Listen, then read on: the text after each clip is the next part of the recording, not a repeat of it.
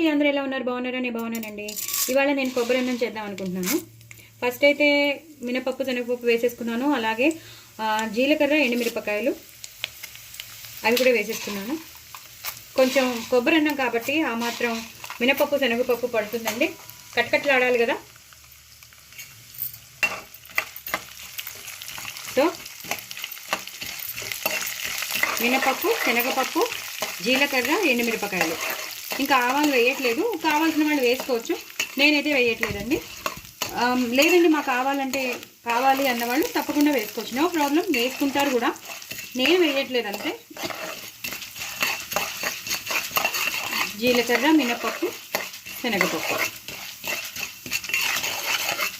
ఇవి కొంచెం వేగిపోతే బాగుంటుందండి. కొబ్బరి అన్నం అంటే అందరికీ చాలా ఇష్టం. సో అందుకే చేస్తున్నాను. అన్నం చల్లారి పెట్టేసుకున్నాను. సో పోపు వేసేసాక మనం కొబ్బరి అన్నం ఈజీగా చేసేసుకోవచ్చు. ఇందులో పసులు అలాంటివి ఏం వేయరండి, అందరికీ తెలిసినదే. అందరికీ కొంచెం చేసే విధానంలో డిఫరెన్స్ ఉంటుంది అంతే తప్ప అందరికీ వచ్చు.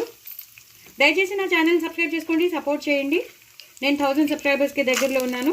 సో నేను రీచ్ అయ్యేటట్టు చేయండి. కొత్త వాళ్ళు ఎవరైనా ఉంటే వాళ్ళు కూడా సబ్స్క్రైబ్ చేసుకోండి. చాలండి. జీడిపప్పులు వేసుకునే వాళ్ళు జీడిపప్పులు వేసుకోవచ్చు. నేను పల్లీలు వేసేసుకున్నాను. ఒక 2 గుప్పులు పల్లీలు వేసేసుకున్నాను. అవి బాగా వేగిపోతే అప్పుడు మనం పచ్చిమిరపకాయలు వేసేసుకోవచ్చు. ఇప్పుడు కొంచెం ఇంగు వేసుకుందామండి. ఇంగు ఫ్లేవర్ ఉంటే బాగుంటుంది. సో కొంచెం ఇంగు వేసుకుందాం. ఇంకా పసుపులు అలాంటివి వేయకూడదు, వైట్గానే ఉంటుంది కొబ్బరి అన్నం అనేది. ఆ పచ్చిమిరపకాయలతో కరివేపాకుతో ఈ పోపుతో అది వైట్గా చక్కగా భలే బాగుంటుంది. సో కొత్త వాళ్ళు ఎవరైనా ఉంటే వాళ్ళకి సబ్స్క్రైబ్ చేసుకోండి. ఇంకో నలుగురికి ప్రమోట్ చేయండి ప్లీజ్. నా ఛానల్ విచ్చాండ్ ఎడిట్ చేయండి. సో అవి కూడా బాగా వేగిపోయాయి. ఇప్పుడు నేను సగం తరిగిన పచ్చిమిరపకాయలు, అలాగే కొన్ని పచ్చిమిరపకాయలు చీల్చేసాను. కొన్నేమో సగానికి ఉంచాను, కొన్ని చీల్చేసాను. సో నాకు 15 to 16 పచ్చిమిరపకాయలు పడ్డాయండి. ఎందుకంటే ఇంకా దీంట్లో వేరే కారం ఏమీ ఉండదు. జస్ట్ నా మీద చేతుల మీద పడుతున్నానండి, కొంచెం అడ్జస్ట్ అవ్వండి. ఒకవేళ కెమెరా కానీ కొంచెం అటు ఇటు అయినా అడ్జస్ట్ అవ్వండి ప్లీజ్. కొన్ని చీల్చేసినవి, కొన్ని సగానికి కట్ చేసినవి. సో అలా చేస్తే బాగుంటుంది. మనకి ఎలా తినాలని అనిపించినప్పుడు అలా తినచ్చు కదా. సగానికి తినచ్చు. చీల్చినవి అయితే కొంచెం కారం పట్టేస్తే, సగానివి అయితే కొంచెం కారం తక్కువగా ఉంటుంది. కొంచెం వేగాలండి. వేగాక మీకు చూపిస్తాను. ఈ టైంలో కొంచెం కొత్తిమీర కరివేపాకు వేసేస్తాను. కొంచెం గార్నిష్కి దాచుకుంటానండి. ఈ టైంలో వేయాలి, ఎందుకంటే ఆ పోపులో వేగినప్పుడు ఆ వాసన అంతా పడుతుంది. సో అందుకు కంపల్సరీ ఈ పోపులో వేసేటప్పుడు కొంచెం వేయాలి. అలాగే కొంచెం దాచుకుంటే మనం గార్నిష్ చేసుకోవడం వేసినప్పుడు అప్పుడు కూడా మంచి వాసన పడుతుంది. సో 2 విధాలుగా మనం ఈ కొత్తిమీరని కరివేపాకుని ఈ టైమ్స్లో కంపల్సరీ వేయాలి. ఇప్పుడు నేను కొబ్బరి వేసేసుకుంటానండి. నేను ఒక చిప్ప ఫుల్ తరిగి పెట్టుకున్నాను, తురిమి పెట్టుకున్నానండి. నేను ఒక చిప్ప, పెద్ద చిప్ప. ఒకవేళ కొబ్బరి కొంచెం చప్పగా ఉందనుకోండి, అప్పుడు ఒక స్పూన్ పంచదారతో మీరు గ్రైండ్ చేసి వేయచ్చు. కొంచెం కొబ్బరి ముక్క తీసుకుని అందులో ఒక 1 స్పూన్ కానీ 1.5 స్పూన్ కానీ పంచదార వేసేసి గ్రైండ్ చేసుకుని వేయచ్చు. లేదు బాగానే ఉంది, తీయగానే ఉంది అన్నప్పుడు నో ప్రాబ్లం, ఇంకా షుగర్ వేయవలసిన అవసరం లేదు. ఒకవేళ చప్పగా ఉంటే కొంచెం తీగ లేదు కొబ్బరి అన్నప్పుడు మీరు అలా చేసుకోవచ్చు. ఇప్పుడు ఇలా వేయించాలి. ఇప్పుడు ఇంకా పచ్చిమిరపకాయలు పేలవండి, ఎందుకంటే మనం కొబ్బరి వేసేసాం కదా. ఇప్పుడు ఇంకా పేలవు. ఇలా వేయించాలి. ఇలా వేయించేసి 1 నిమిషం ఉన్నాక నేను హైలో పెట్టుకున్నానండి, ఎందుకంటే ఆ కొబ్బరికి ఉన్న పచ్చివాసన అంతా పోవాలి కదా. ఇలా చేసుకోవాలి. దయచేసి చాలామంది కొబ్బరి అన్నం చేసుకుంటారు, దయచేసి మీరు కూడా ట్రై చేయండి. కామెంట్ బాక్స్లో పెట్టండి. ఇలా హాఫ్ చీల్చుకోండి, అలాగే ఫుల్ చీల్చేయండి, కొన్ని హాఫ్గా పెట్టుకోండి. అప్పుడే బాగుంటుంది. అంటే కారం పడుతుంది, అలాగే కారం మరీ ఎక్కువ పట్టకుండా కూడా ఉంటుందన్నమాట. సో తగినంత నూనె మనం వేసేసుకున్నాం కదా.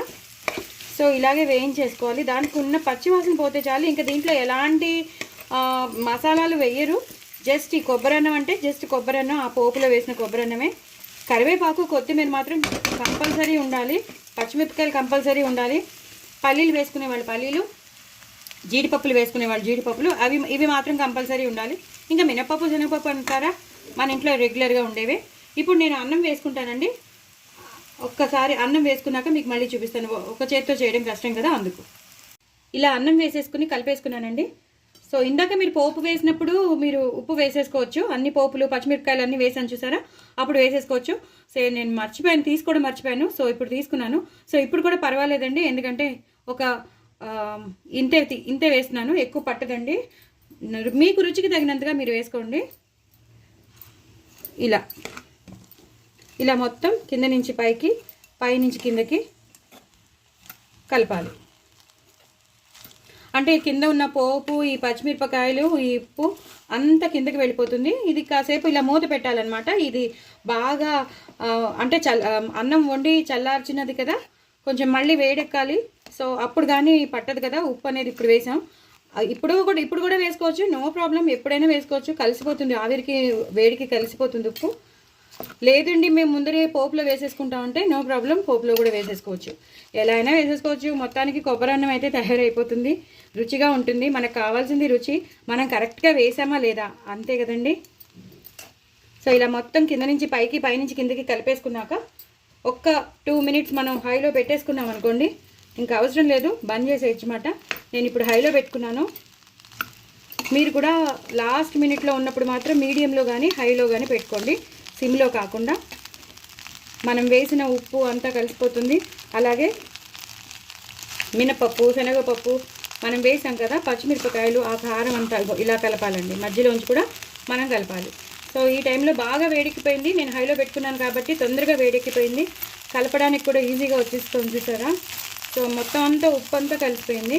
ఈ టైంలో నేను ఇందాక చెప్పాను కదా, కరివేపాకు, కొత్తిమీర ఎక్కువ పెట్టుకోవాలి, అస్సలు కాంప్రమైజ్ అవ్వద్దు. అది ఎంత ఉంటే అంత టేస్ట్, కరివేపాకు అనేది, కొత్తిమీర అనేది.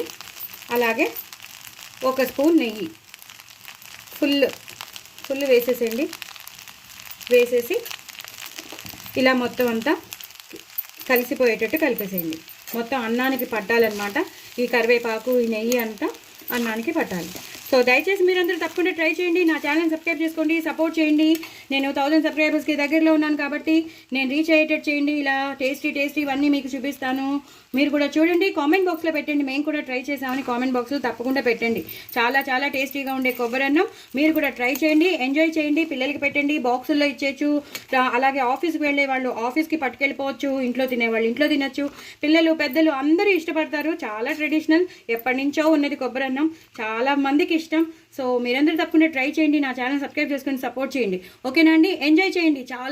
చాలా టేస్టీగా ఉండే కొబ్బరి అన్నం. బాయ్ అండి.